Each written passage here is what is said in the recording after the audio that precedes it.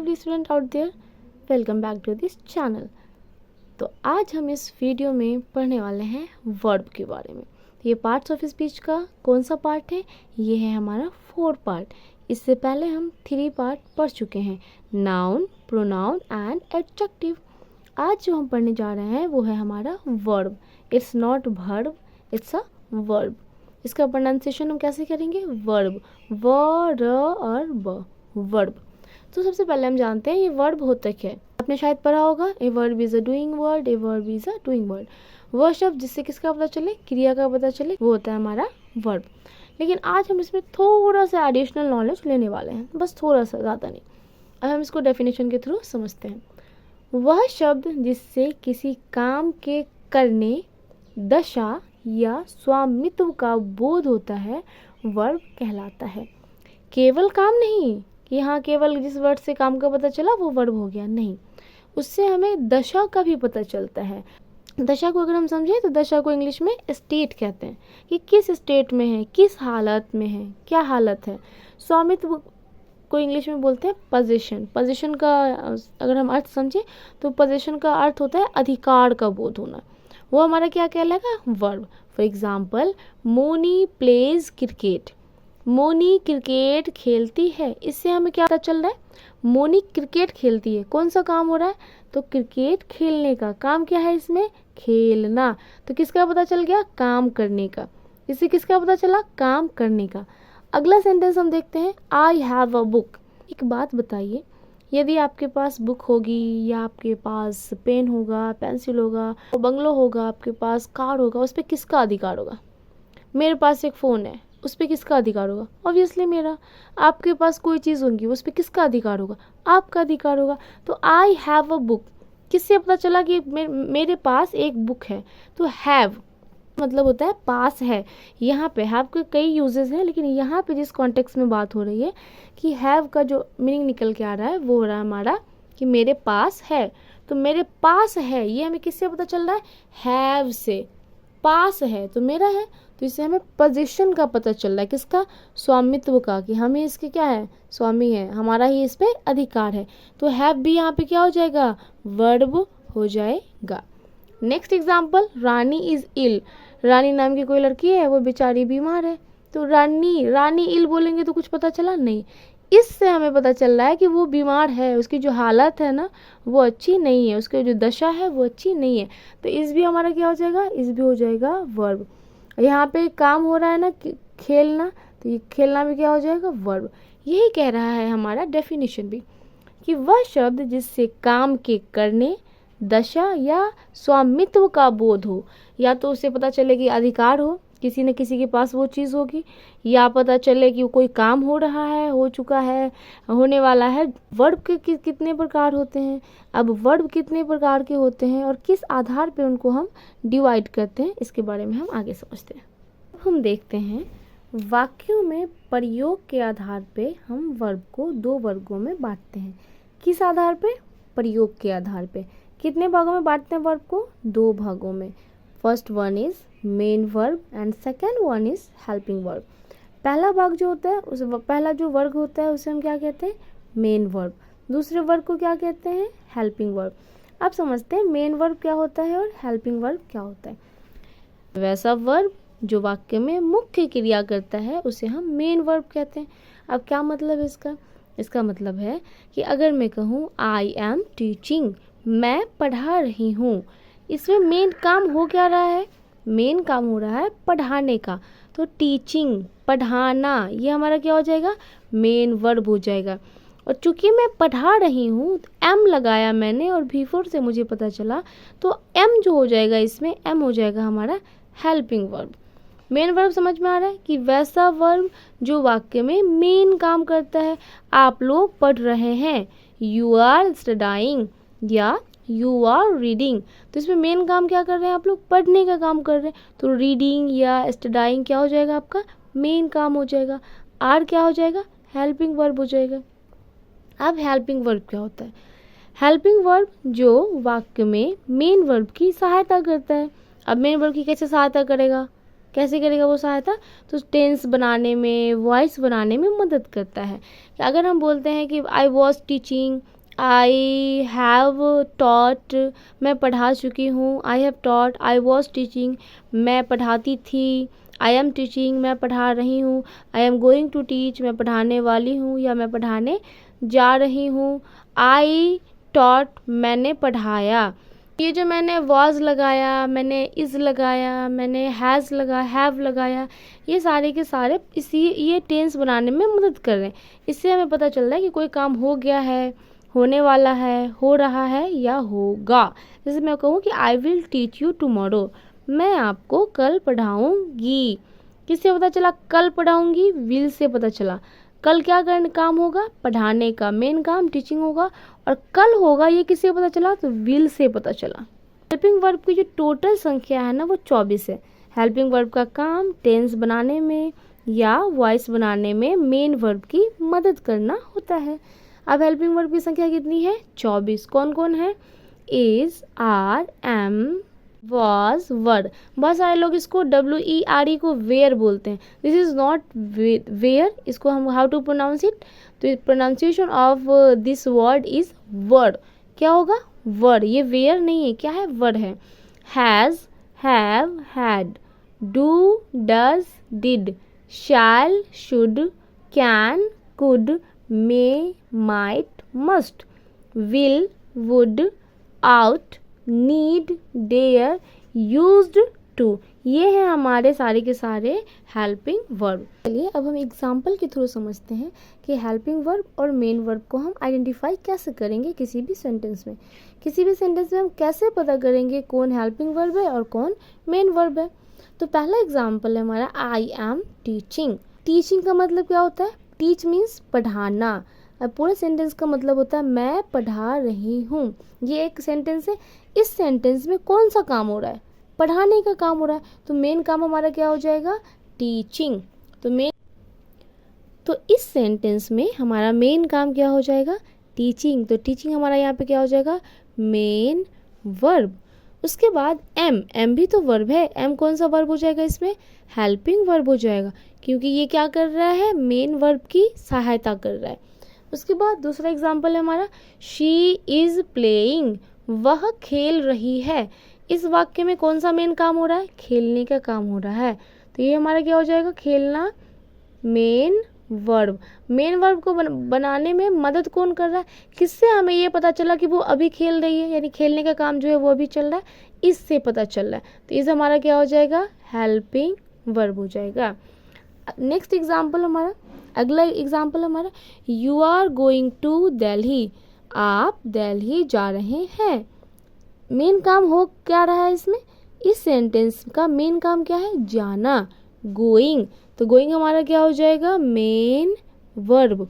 अब पता चल रहा है कि आप जा रहे हैं, यानी कि आप अभी जा रहे हैं। किससे पता चल रहा है? आर से। आर हमारा क्या हो जाएगा? Helping verb. इस तरह के बहुत सारे एग्जाम्पल हम देख सकते हैं। She is coming from Patna, वह पटना से आ रही है। इस सेंटेंस में जो है वो मेन काम क्या है? आना। आना क्या है? मेन काम। इस क्या हो जाएगा? इस हो जाएगा हेल्पिंग वर्ब। अब एक मोस्ट इम्पॉर्टेंट नोट, यदि किसी वाक्य में एक ही वर्ब हो तो वह जो है वो मेन वर्ब कहलाएगा। मान लीजिए कि मेन वर्ब मतलब उसमें कुछ ऐसा काम ही नहीं हो रहा, उसमें 2-3 वर्ब है ही नहीं, सेंटेंस में वर्ब ही एक है। तो जब एक ही वर्ब है तो उसमें क्या छांटना? मेन और हेल्पिंग। तो वही हमारा क्या बन जाएगा? Main. Example I am happy, मैं खुश हूँ। हैप्पी क्या है हमारा? हैप्पी हमारा एडजेक्टिव है। आई हमारा क्या है? आई हमारा प्रोनाउन है। एम क्या है इसमें? एम है हेल्पिंग वर्ब। लेकिन इस वाक्य में एक ही वर्ब है, तो एम यहाँ पे हमारा क्या बन जाएगा? एम बन जाएगा main verb. She is ill, ill means बीमार। बीमार क्या है? एडजेक्टिव। शी क्या है? प्रोनाउन। और इज हमारा हेल्पिंग वर्ब है, लेकिन इस वाक्य में एक ही है, तो ये हमारा क्या बन जाएगा? Main verb. मतलब यदि किसी वाक्य में एक ही वर्ब हो तो वही हमारा क्या कहलाएगा? Main verb. अनदर एग्जाम्पल देखते हैं। यू आर अ गर्ल, तुम एक लड़की हो। लड़की क्या है? नाउन। कौन सा नाउन है? Common noun. यू क्या है? प्रोनाउन। आर इसमें क्या है हमारा, आर है हेल्पिंग वर्ब। चूंकि इस सेंटेंस में एक ही वर्ब है तो आर ही हमारा क्या बन जाएगा, यही बन जाएगा मेन वर्ब। यही हमारा क्या बन जाएगा, यही बन जाएगा हमारा मेन वर्ब। समझ में आ रहा है? उम्मीद करते हैं आपको ये चीज़ें समझ में आ रही होगी। अब हम समझते हैं कि मेन वर्ब के कितने प्रकार होते हैं। तो मेन वर्ब को दो भागों में ऑब्जेक्ट के आधार पर बांटा गया है, ट्रांजिटिव वर्ब और इनट्रांजिटिव वर्ब। ट्रांजिटिव वर्ब क्या होता है, सबसे पहले हम ये समझेंगे। Transitive verb, the verb with an object is called transitive verb. यानी जब भी हम कोई सेंटेंस लिखते हैं और उसमें वर्ब जो है वो ऑब्जेक्ट के साथ होता है, कर्म के साथ होता है, तो उसे हम ट्रांजिटिव वर्ब कहते हैं। जैसे कि आई ईट ए मैंगो, मैं आम खाता हूँ या मैं आम खाती हूँ। सबसे पहले हम ये समझेंगे कि ऑब्जेक्ट को सेंटेंस में पता कैसे करें कि किसी भी सेंटेंस में ऑब्जेक्ट है या नहीं है। तो मैंने बताया था प्रीवियस क्लास में भी कि आपको दो वर्ड याद रखना है, क्या और किसको। आप जो भी सेंटेंस रहे ना, आप उसमें दो वर्ड को फिट कर दो। अगर यहाँ है आई ईट ए मैंगो, मैं आम खाता हूँ, तो आप उसमें क्या लगा दो, मैं क्या खाता हूँ तो आम खाता हूँ। अगर आपको क्या का आंसर मिल गया, इसका मतलब जो आंसर मिला है वही हमारा ऑब्जेक्ट है। या आपको किसको, किसके या किसे का आंसर चाहिए, जैसे कि आई लव माई मदर, तो आप किससे प्यार करते हो, अपनी माँ से प्यार करते हो, तो माई मदर, तो माई मदर इस सेंटेंस में क्या हो जाएगा, ऑब्जेक्ट हो जाएगा। तो चलिए देखते हैं गिवन एग्जांपल से। आई ईट ए मैंगो, मैं आम खाती हूँ। अब इसमें काम क्या है, काम है इसमें ईट, काम क्या है हमारा, ईट, यही वर्ब है हमारा, मेन वर्ब है। उसके बाद इसमें ऑब्जेक्ट क्या है, ऑब्जेक्ट है हमारा मैंगो, क्योंकि मैं क्या खाती हूँ तो आम खाती हूँ। तो यहाँ जो हमारा वर्ब है वो तो ऑब्जेक्ट के साथ है, तो ये वर्ब तो है, लेकिन यहाँ पे ये कौन सा वर्ब बन जाएगा, ये बन जाएगा ट्रांजिटिव वर्ब। क्यों, क्योंकि ये किसके साथ आया है, ऑब्जेक्ट के साथ आया है। आई रीड दिस बुक, मैं ये किताब पढ़ती हूँ, मैं क्या पढ़ती हूँ तो ये किताब, तो दिस बुक इसमें क्या हो जाएगा, दिस बुक हो जाएगा इसमें ऑब्जेक्ट, और रीड हो जाएगा वर्ब। तो यहाँ भी वर्ब किसके साथ आया है, यहाँ भी वर्ब आया है ऑब्जेक्ट के साथ। तो ये वर्ब तो है, लेकिन ये मेन वर्ब का कौन सा भाग कहलाएगा, ये कहलाएगा ट्रांजिटिव वर्ब, ट्रांजिटिव वर्ब। अगला एग्जाम्पल हम देखें, ए हेल्प अस, वे लोग या वो लोग हमारी मदद करते हैं, या वे लोग हमें मदद करते हैं। तो क्या करते हैं, अच्छा क्या का जवाब तो नहीं मिला, वे लोग क्या करते हैं, मदद करते हैं, तो मदद तो काम ही है, ये तो वर्ब है। किसकी मदद करते हैं, किसको मदद करते हैं, तो उसका आंसर मिल गया, हमें मदद करते हैं, हमारी मदद करते हैं। तो ये क्या हो जाएगा, ये हो जाएगा यहाँ पे ऑब्जेक्ट, क्या हो जाएगा, ऑब्जेक्ट हो जाएगा। याद कीजिए जब हमने प्रोनाउन का चार्ट पढ़ा था, हमने पढ़ा था वी सब्जेक्टिव रूप है हमें का, और अस जो है वो ऑब्जेक्टिव रूप है, यानी कि अस हमारा क्या है, ऑब्जेक्ट है। तो मदद करना काम है कि नहीं, बिल्कुल काम है। तो मदद करना काम है, तो यहाँ पे जो मदद करना है वो किसके साथ आया है, ऑब्जेक्ट के साथ, इसलिए ये कौन सा वर्ब हो जाएगा, ये हो जाएगा ट्रांजिटिव वर्ब। अगला क्वेश्चन, शी नोज मी, वह मुझे जानती है, वह क्या करती है, वह क्या जानती है, इसका जवाब तो नहीं मिला, क्या जानती है, पता नहीं क्या जानती है। वह किसको जानती है, तो मुझे जानती है, किसको जानती है, मुझे, तो मुझे यहाँ पे क्या हो जाएगा, मुझे हो जाएगा ऑब्जेक्ट। नो मीन्स जानना, तो ये क्या है, वर्ब है। यहाँ भी वर्ब किसके साथ आया है, ऑब्जेक्ट के साथ, तो यहाँ भी वर्ब क्या हो जाएगा, कौन सा वाला वर्ब हो जाएगा, ये भी होगा ट्रांजिटिव वर्ब। अब अगला देखते हैं इनट्रांजिटिव वर्ब क्या होता है, मेन वर्ब का दूसरा भाग जो कि है इनट्रांजिटिव वर्ब। अब ये इनट्रांजिटिव वर्ब क्या होता है, the verb used without an object is called an intransitive verb. यानी कि वैसा वर्ब जिसके साथ कोई भी ऑब्जेक्ट ना हो, वैसा वर्ब जिसके साथ कोई भी ऑब्जेक्ट ना हो, उसे हम कौन सा वर्ब बोलेंगे, उसे हम बोलेंगे इनट्रांजिटिव वर्ब। फॉर एग्जाम्पल, आई ईट, मैं खाता हूँ, और क्या खाता हूँ, किसको खाता हूँ, आंसर मिला क्या, नहीं मिला। इसका मतलब इसमें ऑब्जेक्ट नहीं है। तो ये जो ईट हो जाएगा, यहाँ पे वर्ब तो होगा, लेकिन कौन सा वर्ब होगा, ये होगा इंट्रांजिटिव वर्ब, है ना। यहाँ पे क्या हो जाएगा, ये इंट्रांजिटिव वर्ब हो जाएगा। अगला, ही रीड्स, वह पढ़ता है। क्या पढ़ता है, किसको पढ़ता है, आंसर मिला क्या, नहीं मिला। तो रीड्स यहाँ पे कौन सा वर्ब हो जाएगा, ये हो जाएगा इंट्रांजिटिव वर्ब। कौन वर्ब है, intransitive verb. She Yeats on the table, वह टेबल पर खाती है। क्या खाती है, किसको खाती है, आंसर इसका भी यहाँ भी नहीं मिला। तो यहाँ पे जो ईट्स है, काम है, ये कौन सा वर्ब हो जाएगा, यहाँ ये कौन सा वर्ब हो जाएगा, ये हो जाएगा इंट्रांजिटिव। लेकिन अगर इसी में मैं कह दूं शी ईट्स राइस, वह चावल खाती है, वह क्या खाती है, वह चावल खाती है। तो चूंकि इसमें राइस ऑब्जेक्ट है, इसलिए यहाँ पे ईट्स क्या हो जाएगा, ये ट्रांजिटिव वर्ब हो जाएगा। ये थे कि आपको ये ट्रांजिटिव, इंट्रांजिटिव, मेन वर्ब और हेल्पिंग वर्ब में क्लैरिटी आई होगी, सब में डिफरेंस समझ में आया होगा। सबसे पहले वर्ब कितने प्रकार का, वर्ब होता है 2 प्रकार का, हेल्पिंग वर्ब और मेन वर्ब। मेन वर्ब जो सेंटेंस में मेन काम करता है, हेल्पिंग वर्ब जो मेन वर्ब की सहायता करता है। उस मेन वर्ब को हमने 2 भागों में बांटा है, किस आधार पर, ऑब्जेक्ट के आधार पर, विथ ऑब्जेक्ट और विदाउट ऑब्जेक्ट। अगर ऑब्जेक्ट के साथ आता है वर्ब तो ट्रांजिटिव वर्ब, अगर बिना ऑब्जेक्ट के वर्ब आता है सेंटेंस में तो इंट्रांजिटिव। देखने वाले हैं कि वर्ब के फॉर्म्स कितने होते हैं। तो वर्ब के 5 फॉर्म्स होते हैं, V1, V2, V3, V4 and V5। Walk जो है वो V1 होगा। वॉक मीन्स क्या होता है, वॉक का हिंदी क्या होता है, वॉक का हिंदी होता है टहलना। और वॉक्ड और वॉक्ड V2 और V3 होगा। और जब V1 यानी कि वॉक में हम ING लगाएंगे तो वो क्या बन जाएगा, V4, और S या ES लगा देंगे तो V5 बन जाएगा। किस में S या ES लगाएंगे, तो V1 में। वर्ब का फॉर्म बहुत ही इजी होता है। 4 तो आपको याद करने की बिल्कुल भी ज़रूरत नहीं है और ना ही 5 याद करने की ज़रूरत है। 5 और 4 बिल्कुल याद नहीं करना। 5 4 में करना क्या है, 4 में जो V1 होता है उसमें ING लगा देंगे तो V4 बन जाएगा। और V1 में ही जब हम S या ES लगा देते हैं तो वो हमारा क्या बन जाता है, वो बन जाता है V5।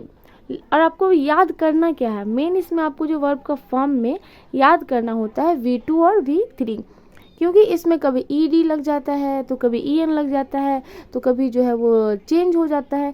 जैसे कि वॉक, तो आप देख रहे हैं वॉक क्या है B2, वॉक्ड और वॉक्ड। और यहीं आप लीव का देख रहे हैं तो लिफ्ट होना चाहिए, लेकिन नहीं, लीव का हो जाएगा लेफ्ट एंड लेफ्ट। टीच देखेंगे तो टॉट एंड टॉट। क्राई का क्राइड एंड क्राई।